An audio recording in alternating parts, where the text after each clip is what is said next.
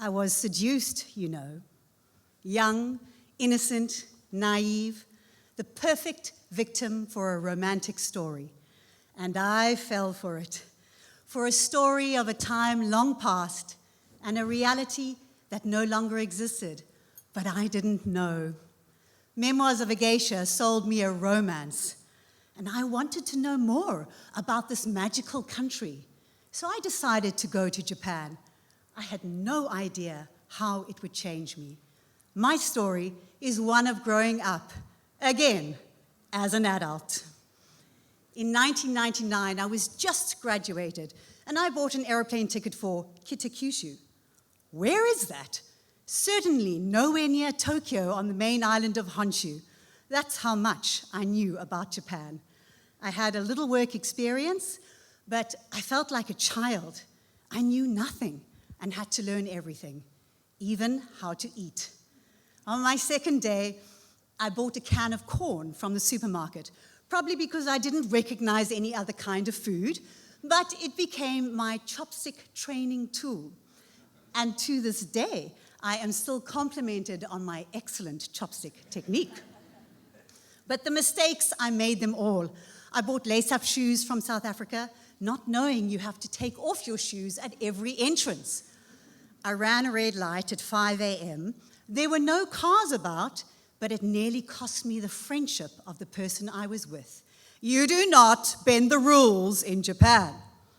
My most embarrassing was going to a Japanese bathhouse. I didn't know how to read man and woman, so I confidently walked into the wrong bathroom. There was no one inside, so I took off my clothes and put them in the locker as you're supposed to do. Then, naked, I opened the sliding door. Inside was a naked Japanese man, so I slammed the door shut. And then, because I so wanted to be part of Japanese culture, I thought, are we meant to bath together? So I brazenly opened the door again. His horrified face told me everything as he pointed to the ladies across the passageway. Life is better with friends, and I made friends, real friends, heart friends, who could explain language and culture to me, all the while laughing at my mistakes. Japanese fascinated me. Take the word dekakeru. It means to go out, and it's a full sentence all on its own. Who, where, when? This is open to possibility, and you must deduce that from the context, not from the grammar. And as you know, I was illiterate, so I had to learn pictographs, different alphabets, and pictographs, which are kanji in Japanese, they add a deeper level of meaning because each picture contains meaning by itself. So take the word kamikaze, a Japanese suicide pilot from World War II in English. But in Japanese, kami means God. Kaze means wind, God's wind. Perspective. Can you feel the honor of the kamikaze pilots as they set off to do their duty, believing they were God's wind? There is honor to be found in everything. Inanimate objects have spirit, kami. And my friends would feel sorry for the mug when it got broken, and they would do their best to try and fix it. There is respect in everyday practices. Take the train conductor who bows when he enters the carriage and turns around and bows when he exits the carriage. Money is handled on a tray, never hand to hand, never on the counter. Respect. And in crowded places, in public spaces, there is silence.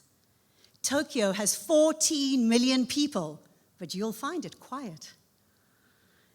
To outsiders, these practices can seem cold, stoic, emotionless, the uncrackable salary man with a heart of stone. But I got to find something deeper in the meaning. It is not an absence of emotion, but rather a great effort gaman, to hold your own life in check so that it doesn't spill out and interrupt other people's lives. Of course, with your friends, gaman is released, and there is an ocean of emotion beneath, ready to share and to be shared with. My best conversations have happened with my Japanese friends. If you contemplate silence, you will see that in silence there is infinite possibility.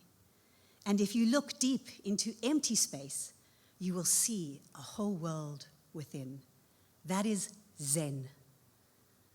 After 8 years, I left Japan and I cried my heart out.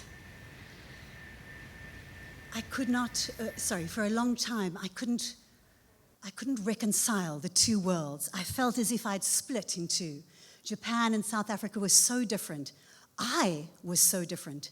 I started to question my memories. Had I even been there? Had I ever stood at the base of Mount Fuji and looked up to the mountain gods? Had I sung karaoke with my friends until 5 a.m.? Or was it just a dream? In time, I came to see that my naivety and my youth had been a gift, and that my time in Japan has been my honor, and that my 2 lives have been my joy. お話聞いてくれてありがとうございました。Oh.